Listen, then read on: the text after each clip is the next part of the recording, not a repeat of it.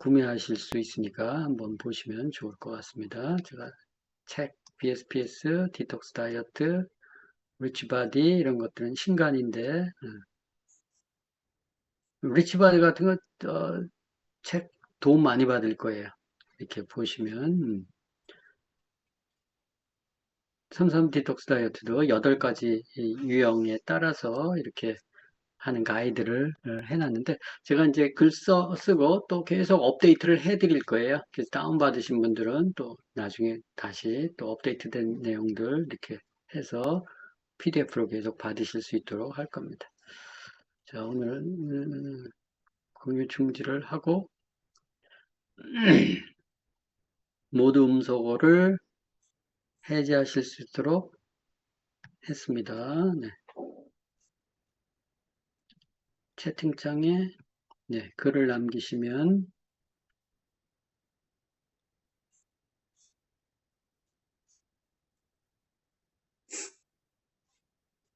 답변을 드리도록 하겠습니다. 네. 음소거 하시는 거 아시죠? 그리고 얼굴을 굳이 안 비치셔도 돼요.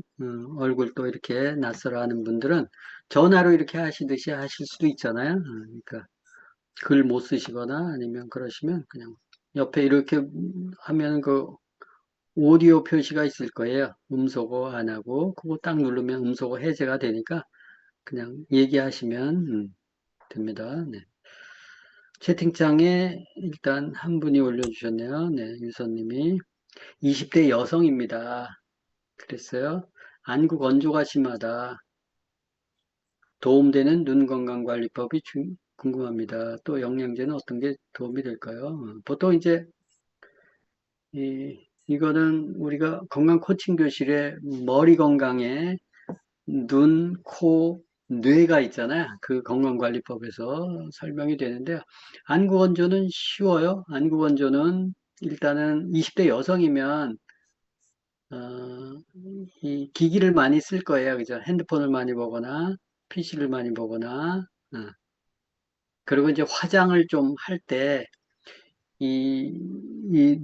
눈에 이 기름이 나오거든요. 눈꺼풀에. 그래서 면봉으로 이렇게 눌러주면 그 부분이 막힌 부분이 좀 풀어질 수 있어요. 이게 안구 건조라는 게 눈이 이렇게 씻기면서 이게 날아가지 않아야 되기 때문에 기름막이 이렇게 씌워져요. 그 기름이 위에서 나오고 아래에서 올라가거든요. 그래서 눈을 껌뻑껌뻑하면 그 물에 약간 우리 피부에도 그 피지막이 형성이 되듯이 눈에도 그런 피지막이 있어요. 근데 그 눈물샘에 눈물이 나오는 샘이 있고 기름이 나오는 샘이 있는데 그 기름이 나오는 샘이 이거 뭐라 그래요? 이거 눈 아이칼라? 뭐 이거 하는 거 마스카라? 마스카라 같은 거 잘못하면 그 눈물샘이 막힐 수도 있어요.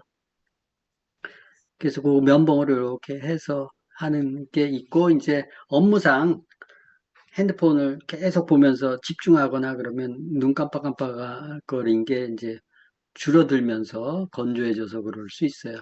그래서 그런 것들 좀 이렇게 아래 위로 면봉 같은 걸 이렇게 싸서 혹시 그 기름샘이 막혀져 있으면 제가 이거 끝난 다음에 그 기름샘 영상은 올려드릴 테니까 그거 보시면 도움이 되실 거고 영양제는 눈 점막 영양제가 카로틴이잖아요. 카로틴 플러스. 그래서 카로틴 플러스 쓰시면 대부분 금방 없어질 거예요. 카로틴이 워낙 흡수가 잘 되고 성능이 좋아가지고 카로틴 플러스 쓰시면 도움되고 카로틴 플러스가 없으면 BDH 블렌드에도 카로틴이 들어가 있어요. 비타민 A 전구체. 그래서 그런 거 쓰시면 도움되고 일반적으로 뭐 눈 수정체 뭐 이런 쪽의 건강 생각하시면 눈에 그 유해산소가 되게 많이 나오거든요. 비타민 C, 비타민 C 같은 거 수시로 드시고 카로틴 드시고 비타민 C, 카로틴 이런 것들 보면은 뭐가 생각나세요? 바이러스 생각나지 않으세요? 감기 바이러스, 점막 영양소에 항산화 할 때 그런 거 쓰시면 뭐 눈 좋아지시고, 좀 더 여유가 있으시다. 그러면 헬스 비전을 쓰세요. 응, 헬스 비전 쓰시면, 음, 좋죠. 근데 뭐, 점막 정도, 안구 건조는 카로틴 플러스가 제일 효과적일 거예요. 영선님이 40대 후반의 남성인데 자전거를 타다, 아이고, 병원 갔는데 처음에 괜찮다고 했는데, 며칠 지난 어느 날 숨쉬기가 힘들어서 다시 병원 갔더니, 아이고, 갈비뼈에 미세골절이 있었군요. 어유, 어떻게 넘어지셨길래, 저런, 40대 후반, 실내 자전거 타시지. 저런, 연습하시고 나가셨어야 되는데, 그러네. 미세골절은 얼마든지 있을 수 있어요. 그죠? 병원에서는 딱히 해줄 거 없죠. 뭐, 한 달에 한 번 엑스레이 정도 찍어보고 가슴 붕대하고 있는데, 그냥 좀 덜 움직여야죠. 미세 골절은 뭐 골절도 아니고 약간의 금 간 건데 살짝 금이 가 있는 거예요. 그러니까 무리하지 않으면 별로 통증도 없고, 근데 무리할 때 약간 이렇게 아린 건 있을 거예요. 안 쓰는 거지. 그 부위를 좀 안 쓰는 거죠. 그 부위를 안 쓰고 빨리 굳으려면 뼈 굳는 게 되려면 뭐가 있어야 돼요? 단백질 들어가야죠. 콜라겐이죠. 단백질 콜라겐은 만드는 게 뭐예요? 비타민 C와 단백질이 들어가면 콜라겐이 만들어지는 거 아시죠? 아세로아시, 파이토프로틴, 그리고 뼈니까 칼슘, 마그네슘. 거기에 뭐 조금 더 이렇게 모세혈관 같은 거에 피 돌기 좀 도와주기는 오메가3. 그래서 아세라시, 칼슘, 마그네슘, 오메가3. 거기에 단백질. 이 정도 쓰면은 훌륭하죠. 좀 더 돈이 있다. 그러면 조인트 가드. 관절, 뼈, 뭐 이런 콜라겐 이런 영양제들 들어가 있으니까 하고 설명됐죠? 그 염증이 있어도 아세라시, 칼슘, 마그네슘, 오메가3가 제일 무난해요. 그리고 단백질 먹고 이러면 빨리 안 물어요.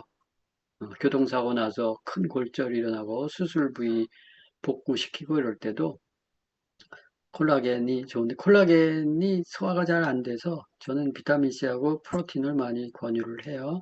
엘사백을 찌어주는 것도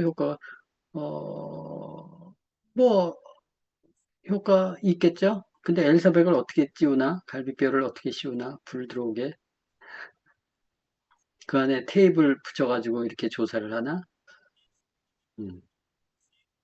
뭐, 혈액순환 할 때 도움 될 거예요. 그렇게 하시면. 근데 아까 저런 거는 금방 무리하지 않는 게 좋아. 그 부위를 좀 안 쓰고, 하면 금방 아물 거예요. 음. 용자님께서 요즘 많은 분들이 알부민 드시는 분들이 많은데, 우리 단백질과 비교해서 설명 좀 해주세요. 그러는데, 알부민, 그 알부민 뭘로 만들었는지, 합성 알부민이겠지, 대부분. 그죠? 알부민이 간에서 만드는 거 아시죠? 음, 음. 간에서 알부민하고 어,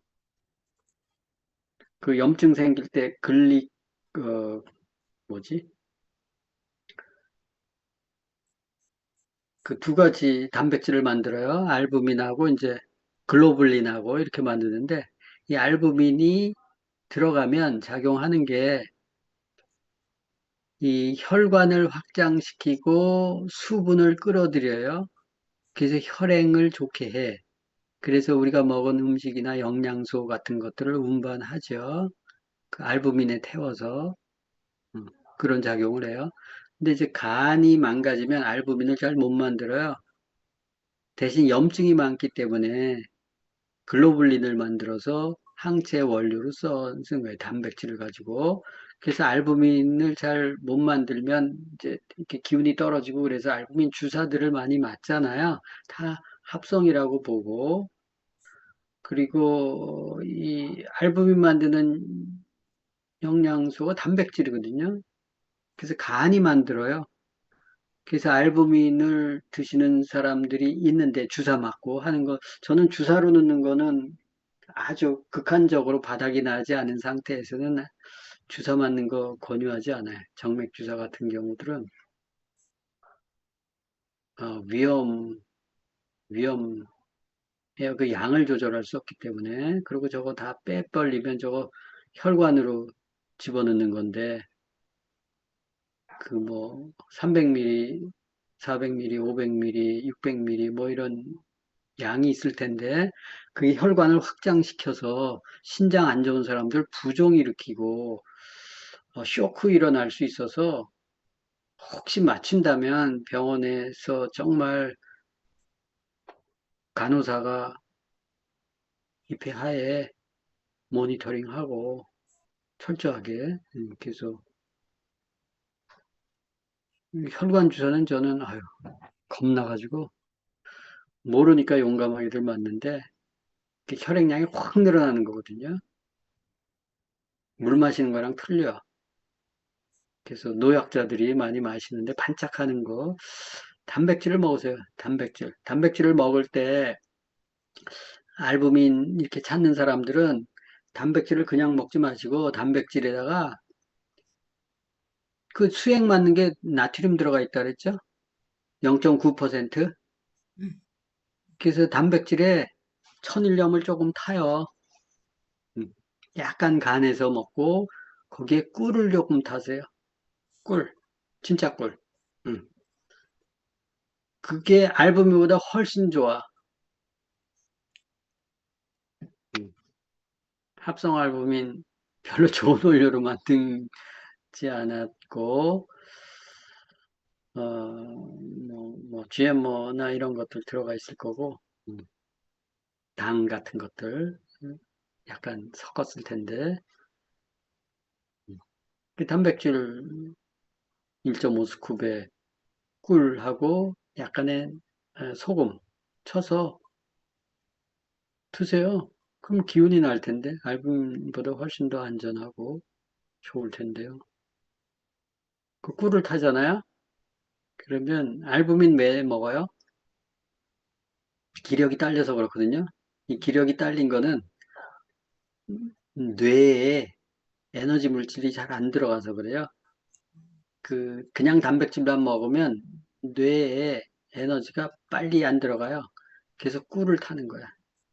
꿀을 타면 꿀의 특정 성분들 때문에 뇌를 열어줘요. 그래서 에너지가 빨리 들어갈 수 있어서 어.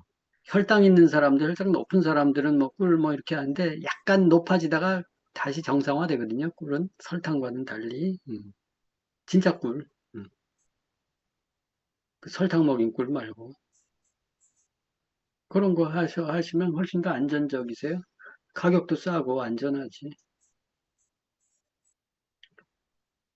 그리고 혹시 여러분들 뭐 알부민 주사 맞고 오줌이 계속 나오고 이게 붓는 사람 있어요. 그 위험해요. 그 말해가지고 당장 멈춰야 돼요. 신장 망가져요. 혈관 터져요. 혈관 압 걸려가지고 부종 팅팅 불 수 있고 그래서 조심하셔야 돼요. 붓는다 그러면 당장 멈춰야 돼요. 병원에 얘기해가지고. 병원에서 뭐 하면은 그런 거 다 모니터링 하겠지만 깜빡 잊고 또 뭐 이렇게 멈춰야 되는데 멈추지 못하고 계속 맞추고 그러면 문제가 생길 수 있어요. 심각해요, 사실은 그게. 건강검진 결과 위험이 심하고 장상피 화생과 헬리코박터균이 있다는 열거를 받았습니다. 현재 위험 치료약을 한 달치 처방받아 먹고 있는데 영양제를 먹으면 위에 부담을 준다는 의견이 있어서 현재 카로틴과 유산균을 먹고 있어 어떻게 관리하고 있을까? 쓰리스타 분이 질문하셨는데 위험이 있다 그런 것은 이분이 장상피화생, 장상피화생이 뭐냐면 위에 세포들이 위세포가 돼야 되는데 장에 있는 세포로 바뀐 거야. 그럼 위에서 할 수 있는 기능들이 안 되는 거지. 위산 분비나 위에서 나오는 것들이 이제 소화액도, 위소화액도 나오고, 위산도 나오고, 그래서 살균과 소화를 담당하죠. 거기에 위 보점막, 단백질을 녹이면 안 되잖아요. 위가. 고기 먹어도 소화되는데 위벽을 헐면 안 되잖아요. 그러니까 위벽 보호제들이 나오는데 이게 잘 안 나오는 거예요. 그러니까 위험이 더 심한 거지. 위험이 심한 이유는 위를 망가뜨리는 음식을 즐겨 먹었다는 거예요. 소화하기 힘든 음식을 먹었다는 거예요. 위산이 많이 분비되는 음식. 고기, 튀김, 라면, 과자, 빵, 유제품, 뭐 이런 거 들어간 것들은 위산이 많이 분비돼야 돼요. 음. 그래서 그런 것들을 시도 때도 없이 먹었겠죠. 그러니까 위험이 저렇게 걸렸겠지. 예. 헬리코박터균이 있다는 것은 위산, 뭐 저렇게 위험이 심하면 뭐 하겠어요, 병원에서. 위험 치료약을 먹겠지, 저렇게. 위험 치료약이 대부분 위산이 잘 안 나오는 약이에요. 그래서 위를 안 아프게 하는 약이지. 위산이 안 나오면 살균 소화가 돼야 안 돼요. 칼슘, 철분 소화가 돼야 안 돼요. 위산 분비가 돼야 돼, 걔네들. 안 되지. 그럼 영양소 흡수가 안 돼요. 그래서 위험 치료를 음, 그 위산 저하가 되면 헬코박터균은 좀 더 많이 나올 수 있겠죠. 위산에 의해서 위에도 유산균이 있거든요. 균이 있거든요. 균들이 그게 적대적소로 이렇게 컨트롤 되는 거예요. 헬코박터균이 무조건 나쁜 균이 아니에요. 대장균이 무조건 나쁜 균은 아닌 거 아시죠? 대장균이 하는 역할이 있어요. 더 험한 균들을 보호하거나 또 뭐 다른 기능이 있어요. 어떤 특정 영양소를 만드는데 걔네들이 개입을 해. 헬리코박터균도 똑같아. 헬리코박터균도 무조건 나쁜 균이 아니에요. 예전엔 그랬어. 근데 보니까 헬리코박터균을 다 박멸을 못해요. 위에 음식물이 계속 들어가는데 외부에 세균들이 계속 들락날락 하거든요. 그럼 저 항생제로 못 잡는다고. 항생제로 잡는다는 의사 있으면 나와보라 그래. 못 잡아요, 저거. 헬리코박터균은. 장에 항생제 써가지고 장에 염증 있는 사람들을 잡잖아요. 또 음식 흐트러지면 또 생기잖아. 그 항생제 일시적이야. 그래서 헬리코박터균 다 없으면 저게 천식에 걸려요. 또 헬리코박터균 다 잡아버리면. 실제 미생물 연구하는 사람들 최근에 연구에 의하면 그 책도 있어요. 미생물 무슨 해가지고 마이크로 바이옴 해서 무슨 그 책 같은 거 최근 연구에 그 권위자들이 쓴 책이 있는데 거기에 보니까 헬리코박터균 얘기가 있는데 저거 헬리코박터균 저거 나쁜 균 아니다. 이제 그렇게 나와 있어요. 최근의 이론이 그렇다는 거예요. 예전에 배운 사람은 그렇게 하겠지만, 근데 이제 대부분 헬리코박터균이 있으면 저게 위암을 유발하고 뭐 그래가지고 많이 쓰죠. 그래서 하여튼 위암 치료는 음식으로 치료할 수밖에 없어요. 또 약으로 치료할 수는 없어요. 한계가 있어요. 당장의 통증은 좀 줄여줄 수 있지만, 그래서 조절하시고 아까 위염 치료약에 위산 억제제나 뭐 이런 것들 들어가 있기 때문에 소화 흡수가 잘 안 돼서 장기적으로 쓰면 안 된다라는 정도 말씀드리고 싶고 헬리코박터균도 저걸로 잡히질 않아요. 또 생길 수 있기 때문에 항상 음식을 조절하고 안에 위산 분비나 이런 게 자동적으로 되면서 헬리코박터균을 이렇게 우리가 백혈구의 기능 아시죠? 우리 몸 안에 세균이나 바이러스나 많이 있다고. 근데 잠복하고 있지, 드러내지 못하게 하는 거예요. 그런 수준으로 헬리코박터균도 관리하는 거지, 저걸 박멸하겠다, 아니에요. 그래서 그런 것들은 좀 공부하시고, 몸 관리를 어떻게 해야 될지 보세요. 위험은 물 관리하고, 음식 관리하고, 그리고 속쓰리거나 그러잖아요. 음식을 현미 채식 하세요. 처음에 현미도 어려우면 좀, 이렇게 좀 소화가 좀 쉬운 걸로 하시는데,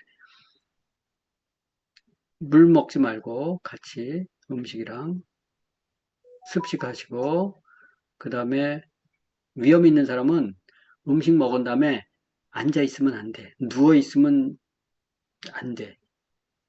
음식 먹고 바로 움직여. 걸어요. 음식 먹고 걸으시라고. 10분, 20분이라도. 그럼 소화가 좀 상대적으로 부담이 덜하고 위험도 좀 감해질 수 있어요. 그래서 위험 있는 사람은 먹고 앉지 말고 움직이시라고. 그러시면은 위험도 좀 완화되고 소화도 좀 좋아지고 그래요. 카로틴 유산균 좋고요. 영양제. 음, 헬리코박터균 뭐 비타민 C도 도움 많이 될 거예요. 근데 합성을 쓰면 속쓰림이 좀 있을 수 있는데 뭐 그러지 않다면 아세로라 같은 경우 또는 또 나온 거 있죠? 그런 것들 좀 쓰시면 도움 되실 거예요. 카로틴이나 뭐 BDH 브랜드 괜찮고 유산균. 음. 그리고 소화에 문제가 생기면 엔자임 바이옴도 괜찮아요.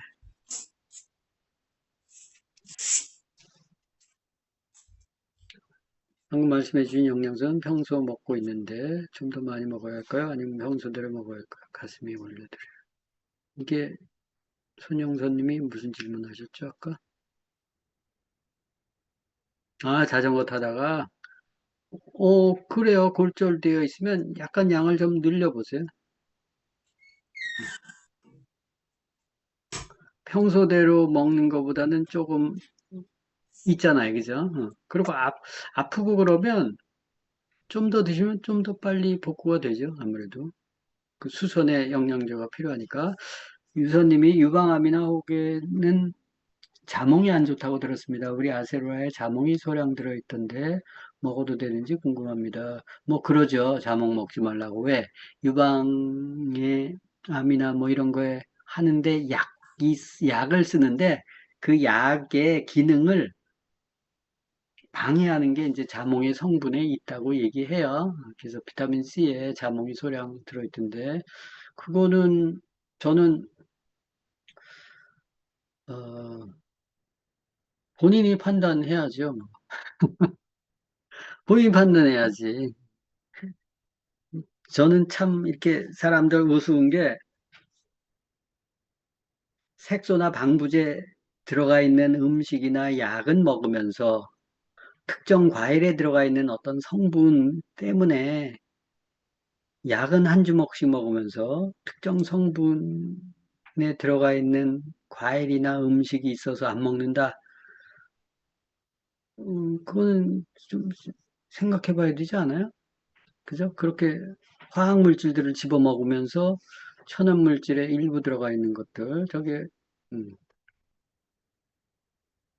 자몽을 뭉태기로 먹을 것도 아닐 텐데, 그죠? 그래서 감안하셔서 뭐 그 약의 기능을 억제하는 성분이 있어서 굉장히 강조를 하는 것 같아요. 그래서 자몽 안 먹는다 그러는데 저런 사람들한테 자몽이 조금 들어가 있으니까 먹어도 돼 이렇게 얘기하기는 그럴 거예요, 그죠? 그러니까 저런 사람들한테 안 먹이는 게 낫지 아예. 그래서 다른 걸 권하는 게 좋은데 다른 걸 먹을래나 모르겠네.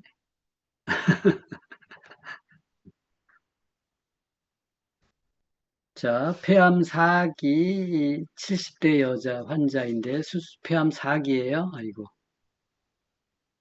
표적 치료제를 2년 하시다가 2년 반이 넘은 시점부터 척추와 복막에 전이가 되어 이번 주 월요일에 항암 주사를 1시간 맞고 왔습니다.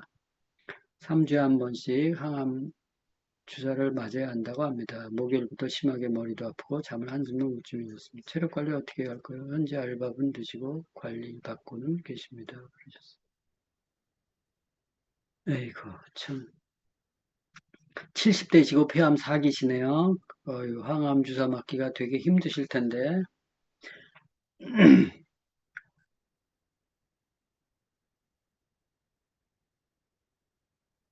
뭐, 저거를 어떻게 얘기를 해야 되나요? 그죠? 항암제가 그 암세포를 죽이기 위해서 들어가는 건데, 암세포만 죽이는 게 아니고, 이제 다른 주변에 있는 세포들도 손상을 시키기 때문에 부작용 같은 것들이 생기는 거죠. 근데 이제 저런 암도 4기 정도 되셨으면, 어, 백혈구의 확 떨어져 있을 거예요. 그래서 항암 주사나 항암제를 처리하면 예전에는 백혈구들이 이렇게 몸을 좀 방어하고 암세포도 좀 억제하고 이런 힘이 좀 남아 있었을 텐데 사기면 그게 많이 없어졌을 거예요. 왜냐하면 계속 암 치료를 했기 때문에 그러면 몸을 보호하는 또 암세포를 억제하는 그런 면역력이 떨어졌기 때문에 항암 주사를 맞으면 몸에서 방어하는 능력이 확 떨어져 있을 거예요. 그래서 제가 뭐라고 함부로 얘기는 못 하겠네. 병원에서 어차피 병원에서 의존하면서 하시잖아요. 그죠? 병원 믿고 하세요. 병원 믿고 하셔야지 뭐 어떡하겠어요. 그죠? 음.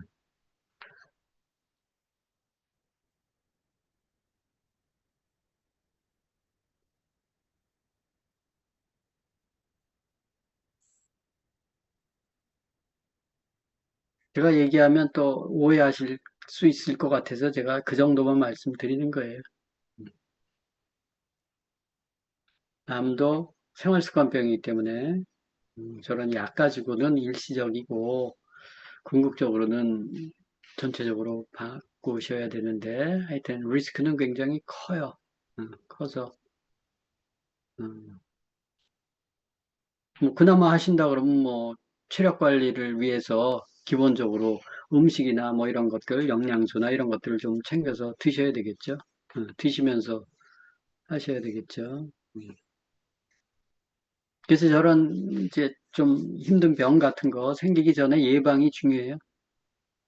생기고 난 다음에는 병원 치료받는 가능성이 크잖아요. 그죠? 그러니까 미리미리 예방하셔서 저렇게 힘든 경우가 안 생기도록 미리미리 예방하시는 게 중요하죠. 음. 그 어떤 식의 방식을 택하느냐가 굉장히 중요해요. 그래서 보호자들은 좀 더 공부하세요. 그래서 보시면서 비암 사기면 그 전부터 이렇게 관리를 하셨을 텐데 관리하면서 점점 좋아졌는지, 점점 안 좋아졌는지, 안 좋아졌다면 뭐 때문에 안 좋아졌는지, 또 어떤 치료를 받으니까 몸이 힘들어졌는지 이런 부분들을 좀 옆에서 좀 보시고 어, 공부하시고 어, 병원에서 할 수 있는 일이 한계가 있거든요. 그리고 개인이 해야 될 일들이 더 많죠. 환자들은 개인이 어떤 일들을 해야 되는지 공부를 해서 뭐 병원 치료 일단 받고 계시니까 그 항암 치료를 잘 받을 수 있는 체력을 만들어주는 게 중요하죠. 체력 만들어주는 거는 뭐 현미 채식하시고 영양제들 필요한 것들 쓰는데 그건 이제 환자나 보호자들이 납득을 해야 가능하죠. 그나마 뭐 좋은 거는 보호자들이 이런 강의를 계속 좀 들으셔야 돼요. 그래서 약으로만 할 수 있는 게 아니구나라는 것들을 느끼시는 게 좋습니다. 자, 오늘은 여기까지 하도록 하겠습니다. 아이고, 어려움 당하시고 질병에 또 힘든 상황에 계신 분들 정말 안타까운데 어, 공부하시면 좀 더 현명하게 치료 방법 선택하실 수 있고 좀 더 좋은 방법으로 몸을 치유하실 수 있으니까요. 힘내시고 공부 많이 하시면 좋겠습니다. 오늘은 여기까지 하겠습니다. 네. 감사합니다. 모두들 S였습니다.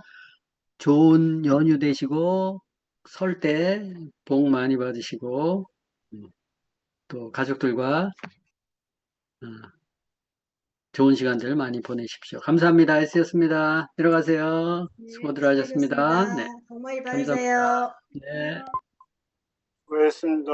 네, 새해 복 많이 감사합니다. 받으세요. 네, 복 많이 받으세요. 들어가세요.